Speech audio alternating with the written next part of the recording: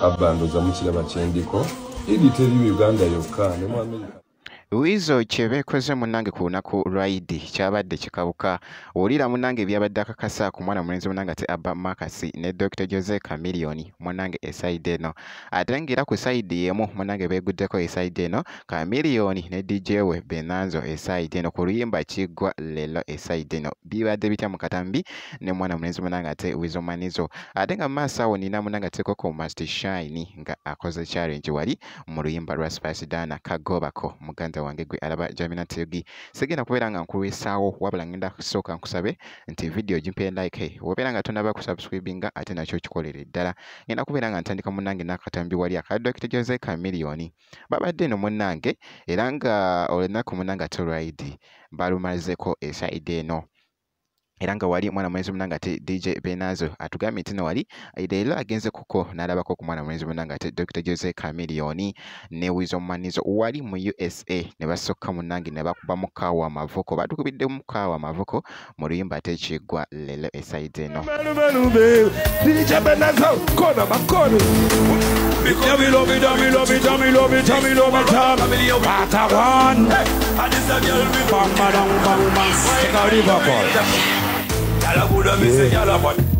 omutima gwange yatetemu wino ye ntyona babi yakola nnyo omutima gududogudundobadi tima ogutudemu wino ogutunda gambeira yisinga tunapiro ibutunda nga benazo imucungwa kamula ya yalobere wano tobako right kiriza Benanzo bange yekwe oba kawempe boys mutnavete nono side balabule kawempe bali DJ Benanzo divi dameno bifanado oya pula pachun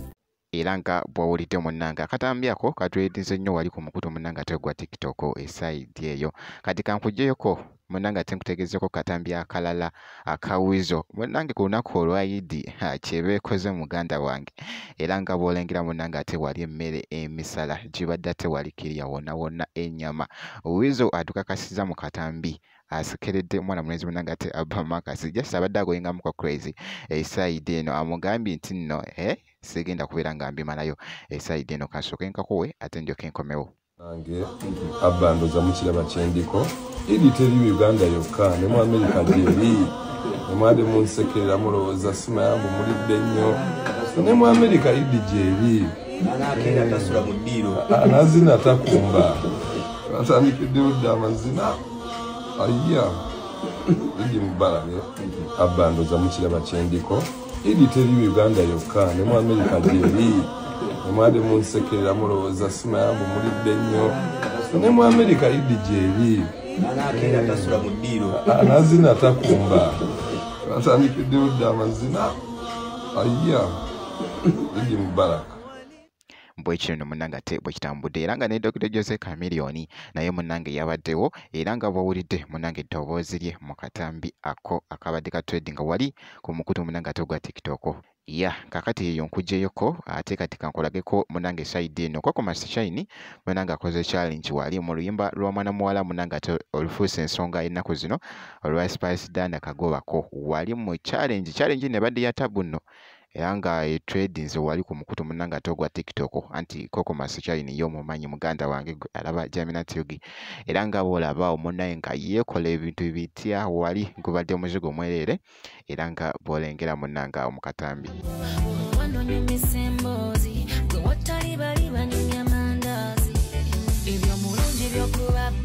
osana kukweka mabega wa mwezi